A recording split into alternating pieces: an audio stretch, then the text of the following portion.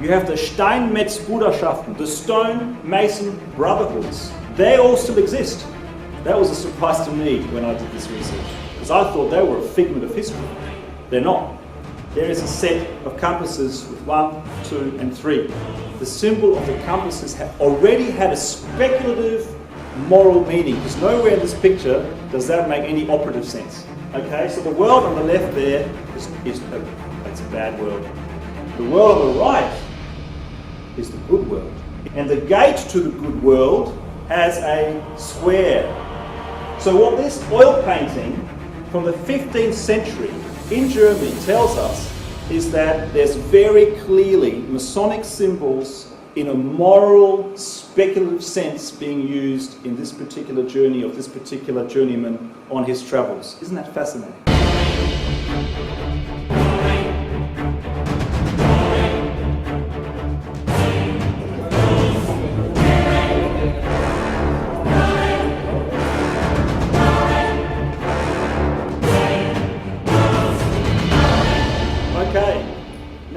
To the slightly larger lecture, and this is a glimpse into German Freemasonry, or the German Freemasons, and 800 years of German Masonry. There's a reason why I've said Masonry, not Freemasonry, and you'll see that as I move along. Some obvious considerations, guests and brethren. We are part of the regular jurisdiction under the United Grand Lodge of England. I'm saying the obvious there. We have Irish, Scottish and English heritage. We're very proud of that, and of course much broader than that, but those are the 3 single primary pieces of heritage within our jurisdiction. We recognise that the United Grand Lodge of England is the first Grand Lodge of speculative Masonry, Freemasonry. Slightly deeper considerations though. We have a fight at the moment between Mother Kilwinning and Edinburgh No. 1 as to who is the oldest Masonic lodge in our jurisdiction. Anyone know the answer? No. Okay. There's obviously no Scotsman around. 1599, the William Shaw Masonic Statutes were introduced. It's a long time ago. The Regis poem, otherwise known as the Halliwell manuscript, which you may have heard of, mentions 4 crown martyrs. It obviously mentions stonemasons, and it's from around 1390 and 1425. But I've got some questions for you. Were speculative forms of Freemasonry practiced elsewhere? Were they practiced earlier? Have we simply assumed we are the only speculative system of Freemasonry? Whilst a dominant language over centuries, is English actually a barrier to unlocking those questions?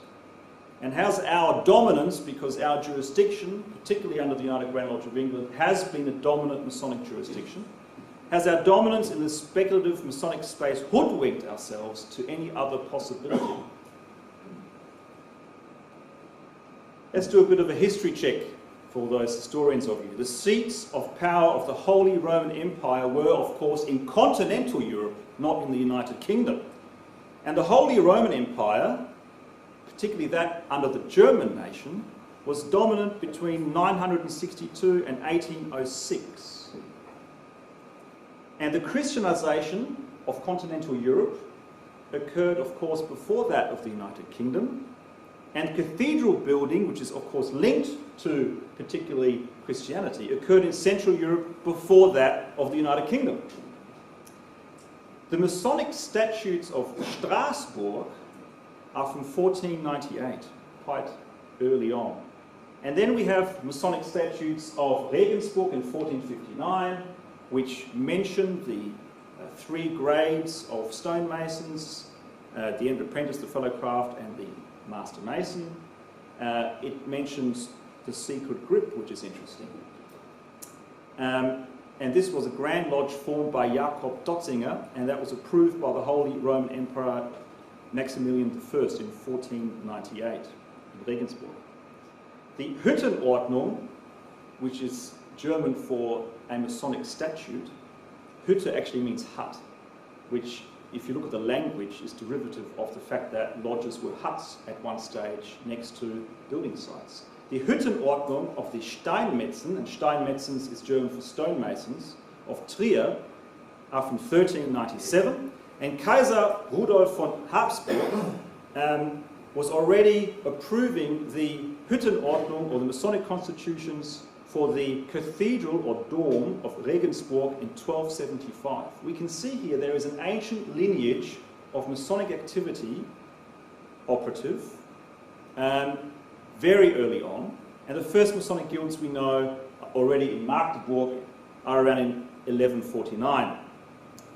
Let's bring it back to England and let's have a look at Anderson's Constitution of 1738. Now we'll just read this out. That though the ancient records of the Brotherhood in England were most of them destroyed or lost in the war with the Danes who burnt the monasteries, King Athelstan, the grandson of King Alfred, the first anointed king of England who translated the Holy Bible into the Saxon language, when he had brought the land into rest and peace, built many great works and encouraged many Masons from France and elsewhere, whom he appointed overseers thereof. They brought with them the charges and regulations of the foreign lodges and prevailed with the king to increase the wages. This is a regular document. It is the Anderson's Constitution of this regular jurisdiction of 1738, very clearly pointing out a number of very interesting facts. It points out that ancient Masonry was introduced to England, probably by the French and other continental Masons, and they were in fact in charge. It says it here very clearly. They were put into positions of supervision. And another interesting point here is King Athelstan translated the Bible into the Saxon language. And Saxon is a German tribe. I'm a Saxon, as it happens. Two primary tribes that went into England were the Angles, the Anglos, and the Saxons, hence Anglo-Saxons. So these are some interesting pointers for us. Here's one of the original early prints of Anderson's Constitution, where it quotes directly from that. I now have for you a very interesting piece from Vienna. It's made out of wood, and it contains, for those of you who are particularly who are markmaster Masons, will recognise the Masonic marks on this tablet etched in wood. And what we have here is we have an old Masonic document from Vienna which demonstrates to us Masonic marks being used. At the top, which was for illustration purposes only originally, but we can see there some Masons there will recognise there are some secret Masonic postures going on. There's certainly an oath ceremony being undertaken in the top right-hand part of the quadrant. And there's a story of the four-crowned martyrs, which is introducing the idea and the concept of legends in operative Freemasonry. We have, in the next slide, a very interesting set of arms. This is the arms of stonemasons of Germany in 1515. And I could speak for a long time just about this coat of arms. We see here that there's an eagle with a feather in its beak, which is a symbol or a sign of St. John the Evangelist. We also see the four compasses revolving around a symbol of the sun. And it's as we all know as Freemasons, symbolism is everything, and there are many multiple layers and allegories to symbols, particularly in Freemasonry. In this particular case, there are multiple layers as to what that represents. It represents the four-crowned martyrs, which is a legend within Freemasonry. It represents the four ancient Grand Lodges that are found in Europe, more on that later. And here it is in an ancient coat of arms in Germany. Cologne. Who's been to Cologne? I've been in Cologne because I was born there. Okay, a few of us have been there. This is the great Cathedral of Cologne, situated on a Roman temple, used for Christian worship from already the 4th century onward in this space. And in 1164, the Archbishop of Cologne, Reinhard of Dassel, acquired the relics of the three kings which the Holy Roman Emperor of the German nation, Barbarossa, had taken from the Basilica of, a basilica in Milan, Italy. I won't even pretend to try and pronounce that. And they needed a place for this important Christian relic. Where do we place this amazing relic of Christendom and the charge was made to build an enormous cathedral. And they built that cathedral commencing in 1248 under Master Mason Gerhard von Rille. And there were various phases of construction. The eastern section was consecrated and used for Mass as early as 1322, which is incredible. It's an ancient place of worship, this cathedral. And it was, interestingly enough, the tallest building in the world for 4 years around the 1880s. A point of interest, you can't really see it here particularly at this resolution, but there's two flags, and one of the flags is actually a flag of the Order of Teutonic Knights. Those of you interested in Templar Knights and the higher orders of Freemasonry, or the other chivalric orders, many of whom died out, the Order of Teutonic Knights, the original order is still going, and they have their coat of arms at the front of this Catholic cathedral as a sign of influence and dominance, which I think is interesting. And this Cathedral of Cologne was a testament of power of the German Empire and of the Catholic Church. It legitimized power, trade, tourism, its size, its dimensions, its engineering. They were literally awe-inspiring. And the stonemasons were not simply labourers. They were the most advanced engineers and philosophers of their time. And let me tell you, if you stand at this or any other cathedral and you look up, you cannot help but be inspired. You cannot help but consider that as a holy place to that grand architect of the universe. And to the masons who built it, our respect to them, because it really was something quite special, but very hard to do nowadays. And many of the stonemasons were themselves of nobility. Von Rille. If a German name has the appellation of von in front of it, in most cases it means they are German royalty. So we have a master mason. A lot of people in the modern day world think stonemason, labourer, blue collar, which of course is never a bad thing. But many people look down upon that. Well, that's not the case when it comes to operative stonemasons. They were highly respected, even though they were blue collar. And many of them, particularly the masters, were honoured with a royal appellation. The stonemasons and carpenter guilds dominated the union guilds, which in turn controlled the administrative and commercial aspects of the city of Cologne and many other cities. And the stonemasons were also special because they were the only trade in Germany and in France, I believe, in certain other places in Europe, that were granted the freedom for cross-border travel. Other trades had to stay where they were, essentially. But stonemasons, when you're building something so high risk, something that requires huge amounts of material labour and physical labour, you need to ensure that these stonemasons go around the world, around Europe, and gain experience. And that's what made them special. And because they were independent from the empire to a degree, they had to come up with their own signs of recognition, their own constitutions, their own recognition symbols, etc., as part of that. Here is Master Mason Gerhard von Rille.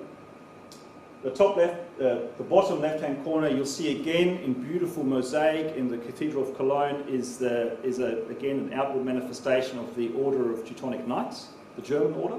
And we see here the remnants of the three wise men in this beautiful golden clustered, I can't really call it a box, can I? What would you call that? Special place to put those holy relics.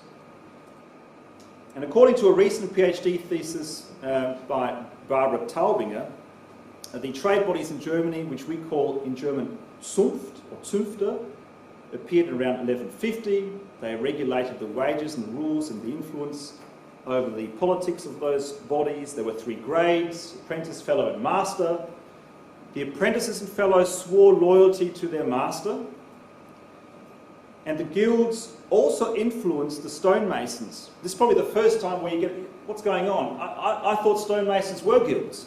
Well, yes, there were stonemason guilds, like there were carpenter guilds and other guilds, but the Steinmetzen, or the Freemasons, the honourable Freemasons, in this case in Germany, had their own Masonic brotherhood as well, on top of that, quite independent to the guild network.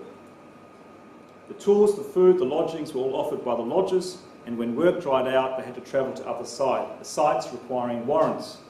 And here I've taken a photograph of a warrant. This is not a Masonic warrant, this is actually a warrant of a fellow travelling carpenter. Very similar. And why am I talking about carpenters? Because carpenters and stonemasons were very closely aligned. If you've ever considered how to build a cathedral, and perhaps not all of you have considered how you do that, but you need carpenters. The carpenters provide the formwork so you can work up there. The carpenters provide a whole raft of different things so you can make arches. The carpenters provide you access. The carpenters assist you in bringing stone up high. Carpenters, look at Notre Dame, a huge proportion of the roof made out of oak. Those are carpenters. So the carpenters and the stonemasons were brothers in arms, and even today they are. Hence, a very Masonic-like certificate.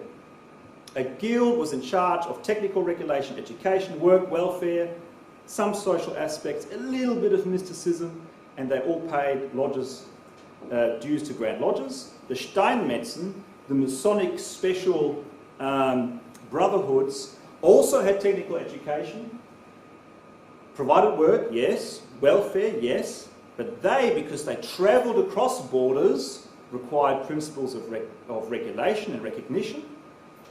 They had forms of mysticism. They also paid dues to Grand Lodge. In this particular case, you had to be Christian, which is interesting. And they had an oath, in this particular case, 4 martyrs legends, and they also had penalties. Well, how do we know that these operatives had speculative traits? Surely, Brother Klovekorn, these are just operative Masons. They are not like us. Or were they? It's a big question mark, isn't it?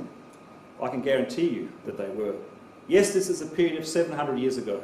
Yes, the records are scarce. Yes, this is before the printing press was developed, the Gutenberg press in 1439. So, of course, we're going to, it's going to be very difficult to find the evidence. We've had many wars, particularly in Germany, which has so many neighbours. It has more neighbours than anyone else in Europe. Very difficult. That's why the Germans are in a lot of trouble half the time. And my research shows that the German operative Masons definitely had speculative traits. They were not simply operative. I want to show you an etching, a wood etching by Daniel Hopfer. It's in the German National Museum. And you can see here, so being a wood etching, it's several hundred years old. We see here, it's a moral dilemma, a moral piece. We have 2 brothers with their parents eating dinner at home. And the brother on the left is doing, the sons. The son on the left is doing the right thing by his parents, serving them as the children should. But the son on the right is wearing battle dress. He's doing something that isn't right, that isn't good, isn't moral. He's fighting, particularly in the Christian sense perhaps.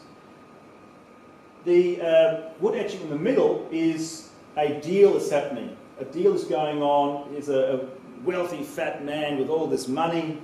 You have justice on the left weighing up what's right, what's wrong. And the key part of this wood etching, if you haven't picked it up already, it's right in the middle.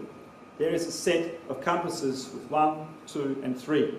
And it tells us that at this time, in German folklore, the symbol of the compasses already had a speculative moral meaning, because nowhere in this picture does that make any operative sense. Okay, it's clearly a moral message. Very important. The Wayfarer by Hieronymus Bosch is an oil painting from 1450, roughly between 1450 and 1560, where he was alive. And to those not educated in Masonic mysteries, is probably just a nice oil painting. But to those educated in Freemasonry, we will pick up, and being a public lecture, I won't go through all the details, but notice something about him being slipshod, this gentleman in the middle. Notice there's a few interesting Masonic things going on. What I can say is the world to the left is the world you don't want to be in. It's the immoral world. There is a lady being groped by a man inappropriately in the doorway.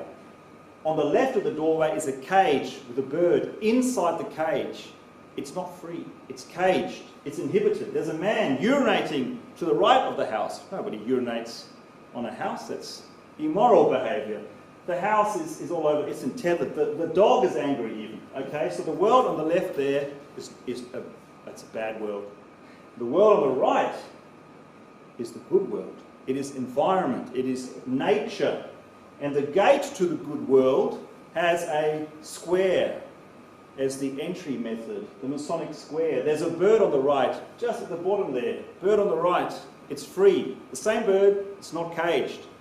So what this oil painting from the 15th century in Germany tells us is that there's very clearly Masonic symbols in a moral, speculative sense being used in this particular journey of this particular journeyman on his travels. Isn't that fascinating? We have here an interesting document, and there's many documents of interest. Of the 14th of September 1396, it is signed by 22 Gaffen, which are like groupings, okay, a little bit like trade unions, but more social. Union guilds. It is the letter of the Union of German Guilds of 1396. They took over the administrative control of the city of Cologne. They acted, if you like a local council. Can you imagine that? Trade bodies essentially being local government. They issued democratic principles. And this document links back these bodies to the Roman collegia before it. And we see that if you were to count from, I think it's from left to right, the 13th seal on this document of power, of influence, is the seal of the Steinmetzen, or the German Masonic body. It shows that they're independent to the other guilds. It shows that they were closely aligned to the other guilds. And it shows that they had a social, administrative, and benevolent purpose, all in the same thing. They weren't just building in stone. Okay, they were leaders of that society. We have here some further photos there. This is one of the Master Masons. Obviously, a Master Mason is not going to live 800 years for the construction of the Cathedral of Cologne, so there were several Master Masons consecutively. This Master Mason on the facade of the Cologne Cathedral is holding a square as a symbol of his trade. On the right here we see further emblems linked to, there's a cup here, and all the brethren would drink from that cup ceremoniously. There are parallel worlds of Freemasonry. We like to think we're the only form of speculative Freemasonry which originated in 1717, but there are actually parallel universes, if you like, out there. There are older forms, and they continue to exist, and they are independent to our system. And the German Freemason system, which is kind of like a joint operative and joint speculative system, continues today in a successive and unbroken tradition reaching back to the 12th century and earlier, back to the Roman collegia. If we look at the current German Masonic traditions, we have the obvious, the German Freemasons, the modern Freemasons, the ones accepted by our jurisdictions. We have the Grand Lodge of the Three Globes, the era of the strict observance, which is now past, and then the accepted Grand Lodge of Ancient Free and Accepted Masons of Germany. They're like us. But then you also have ancient Masonry, and they still exist. You have the Bauvereine, or the operative lodges linked to a cathedral building. You have the Zünfte, or the guilds. You have the Steinmetz-Bruderschaften, the stone mason brotherhoods.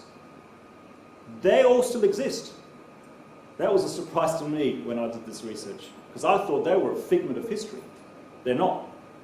They continue in parallel form. This is one of the ancient coat of arms or symbols.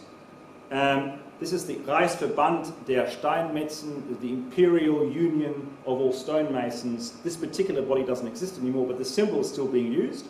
And we can see here the four, it's presented in an old Germanic rune. The four represents the four original Grand Lodges of operative Freemasons in and around Germany, of the Grand Lodges of Cologne, of Strasbourg, of Wien, of Vienna, and Freiburg. At the bottom here, the squiggle is a stylized representation of the River Rhine, because they were all linked by a river. Interesting. And there were many grades and titles and designations in ancient operative masons. They were quarry, as you know this. They were quarry masons, Steinbruch masons, stone setters, ornamental and Freemasons, those who worked the free stone. There's some conjecture about where the free part of Freemasonry comes from. It can come from the fact that they were free to travel, yes, possibly. It comes from the fact that they were working on the ornamental stone, the most important stone. And even today in Germany, the ornamental Freemasons and operative Masons in Germany are those with the highest qualification at the highest pecking order of society, as opposed to, for example, a simple stonemason who does more 2D or profile work, or a brick mason who just puts up a wall, or a quarry mason who prepares the stone. And a German stonemason who's titled Rechtschaffender Fremder must do a 3-year walk outside of their locality. Usually there's a rule 50 or 60 kilometers from where you were born, you are not allowed to work. You have to go outside of that, you have to experience the world, and you have to work for other master masons to gain experience. You must act with honour, you must learn to be independent. You can still call home and write them letters, of course, but it's about learning to become independent, and you must learn technical expertise. And here they are. This is what they look like. It's probably one of the most interesting photos. These are operative masons in Germany that still have a moral speculative system as well as a technical system. And this particular one, this is a photo of a journeyman going on that 3-year walk. And all of his brothers are there saying, "Good luck, we're not going to see you for a while, brother." And that fellow is now going to go out. And in Germany there's a tradition, if you see one of these guys on the side of the road, you pick him up. You give him some lodgings, you give him some food. And you see these guys all over the place in Europe. Here's a convention of the Fremde Freiheitsschacht, which is another type of body. In this particular one, it includes stonemasons, but also includes carpenters and other types of professions. You can see there the spires of the Cathedral of Cologne in the background. This is a congress in the year 2002. Isn't that bizarre, brethren? They're like us, only ever so slightly different. Here we have another photo, Wandergesellen, fellows who are on that 3-year walk, and there's different types, as I've said, and they all have this traditional dress. And what is fascinating is they've developed their own culture and their own symbols within that. So some have red ties, some have black ties, some have 6 buttons, some have 8 buttons to represent an 8-hour working day, and each one is a little bit different. Those who are high degree Bildhauers or ornamental Freemasons, you will recall I said they're special. You can see them because they're wearing a top hat. They're the only trade in Germany that is allowed to wear the top hat. And while I was working, I worked for a civil engineering and construction company. I saw this fellow wearing an apron, and photo on the left, and I thought to myself, what's going on here? And I asked my staff, who's this person? Yes, he's a stonemason from Germany. And this was at the Blackwood Roundabout, putting in place the Anzac Memorial. And they had brought in, one of our subcontractors had brought in a German cathedral mason to do that work. Isn't that fantastic? And I met him. His name is Christian. Very fine young man. Yeah, happens to work here now.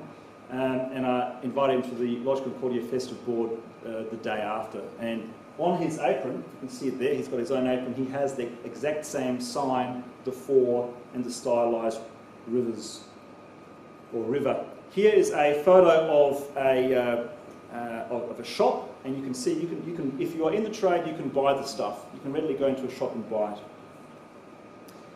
This is the Cathedral of Cologne, as I slowly close the lecture, and on the left, Dombauhütte, lodge. And that building is the lodge, it's the Masonic lodge. And they've been there for 800 years, working as stonemasons. And This is their courtyard next to the cathedral, and you can see there, quarried stone comes in, and then you have the different grades working on that. And I could present a little bit more in-depth information about their rites. That would be very disrespectful. But what I can say is that they mention King Solomon in their rites. I can say they have secret signs of recognition. Obviously, it's not for us to talk about what that may be. They're very, very close to us. So, closing remarks. The Grand Lodge of England, now the United Grand Lodge of England, was the first speculative Grand Lodge. No challenge there. However, joint operative and speculative Grand Lodges existed in Germany much earlier. And the two types of German Masonic systems, the guilds, the Steinmetzen, were very similar, one secular, the other Christian. Both included a 3-degree system, oath and legends. And whilst the German lineage is impressive, as I obviously in this lecture I'm focusing on that, it is based on its precursor, the Roman Masonic schools. Is Brother Klovekorn going mad? Because you've probably only heard conjecture about that. You know, you hear Freemasons on the radio, and they say, yes, we have some connection with the stonemasons in the 12th century. Of course we do. Of course we do. They're still going in France and Germany and other places. We're an offshoot of that. And we often assume that the power lay with the church and the emperors, yet cities of Cologne and Freiburg show us that the cities were controlled by the guilds and the brotherhoods, not the state, not the emperor, not the Catholic Church. In fact, some of these cathedrals were not even owned by the church. They were owned by the state, controlled by the stonemasons. Isn't that fascinating? And we harbour ancient customs and traditions, and obviously we have a very long and complex and diverse history, as you can see. And it's important, I think, to include texts from other countries and other cultures to aid in our level of perspective on our own Masonic history. And one of the last slides, second to last slide, this is a picture of an underground room which is situated underneath, almost underneath, the Cathedral of Cologne.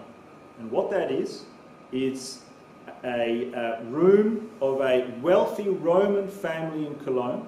This is a Roman mosaic relief. And we see on the right here in the museum, which is also underneath, there's a whole Roman city underneath the German city of Cologne. So as amazing as it is to have this focus on Germany, the German stonemasons very clearly got their traditions from a much earlier source, the Roman collegiate. And these working tools that you see here are from the Roman stonemasons. Now, last slide, I've brought two relics of history. This stone that earlier on we made so much fuss about, for good reason, is actually a piece of the Cathedral of Cologne. It's the only piece outside of the cathedral in the world, operated on by German stonemason 800 years ago. So you're welcome to have a look at that. For health and safety reasons, don't try and bump it. It is extraordinarily heavy.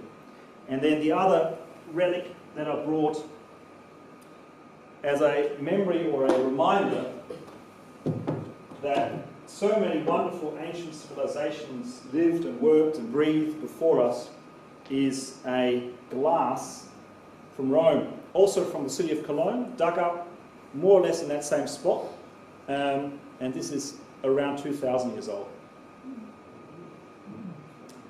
Thank you for your time. Thank you. I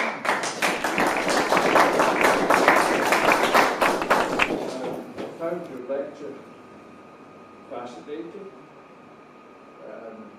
I find the way that you presented very engaging and not likely to cause us to drift off.